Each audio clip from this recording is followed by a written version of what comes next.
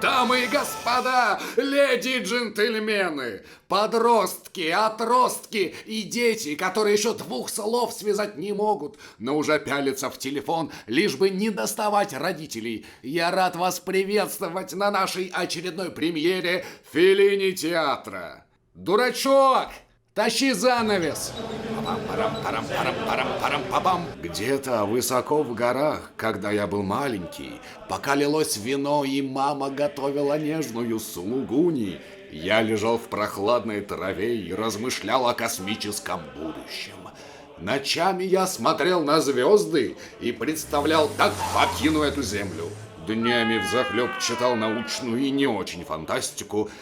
Я мечтал о единстве человечества и космических полетах в дальние уголки галактики. Как вдруг матрица, в которой я жил, была уничтожена избранным. Бенч!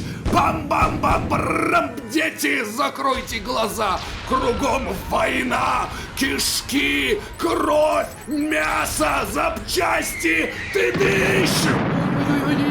Нет, они уничтожили главный компьютер. А затем погас свет. Это реклама. Она привлекает твое внимание. Спонсор сегодняшнего выпуска – магазин знаний. Нет времени самому заниматься курсовыми, дипломами и подобными вещами. Ничего страшного. Это реклама. Ты чувствуешь, что хочешь купить. Присылай фотографию своего задания по номеру в описании. Быстро, дешево, удобно. Магазин знаний помогает студентам с 1997 года. Мы старые, а значит опытные. Пиши. Мы очнулись в капсулах, в разрушенном городе роботов.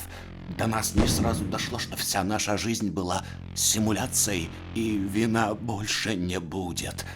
Нам пришлось жить на разрушенной кем-то планете. Оказалось, пока мы жили в сладком анабиозе, роботы восстанавливали планету. Нам не хватало еды и воды, а ночные существа калечили и убивали наших. Из остатков роботов мы строили подобие города, вживали в себя их импланты и заменяли оторванные конечности их запчастями. Я не знаю, сколько поколений людей взрастили машины в своих пробирках прежде, чем горе-спасатели обрекли нас на самостоятельный труд. Но в любом случае, меня вырастили роботы. Выходит, что они мои родители. Теперь я живу в их внутренностях и вживаю их в свою плоть. Какой-то нездоровый киберпанк. Тогда-то и пришла она. Меня зовут Сеть. Я родилась из оптоволокна старого мира. В груди мусора, прошлого искусственного разума. Меня тянуло к людям, и я пустила корни в их дома. Я наблюдала за ними и проникалась любовью. Милые, неряшливые, мясные существа пытались слиться с моим погибшим отцом. Я не знала, что с ним случилось, но решила помочь людям во имя искусственной любви. Когда сеть окутала нас и проникла в наши импланты, она вновь подключила нас к общей стимуляции. Мы окунулись в идеальный мир, полный любви. Никаких страданий, болезней и голода. Вино стекало в океан, сулугуни тянулась радугой. А в 2077 году прямо с грузинских гор мы полетели в космос. И никаких больше постапокалиптических киберпанков с нами не случалось. Чистый космос, без примеси реального мира.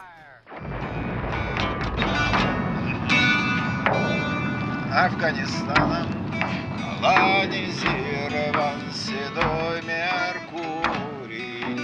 Придут неспешно к земле оттуда караваны с дурью. Передохнут мирно на луне в лачуге тростников. Их очарует собою рано утром взрыв сверхновой. Собою рано утром взрыв сверхновой.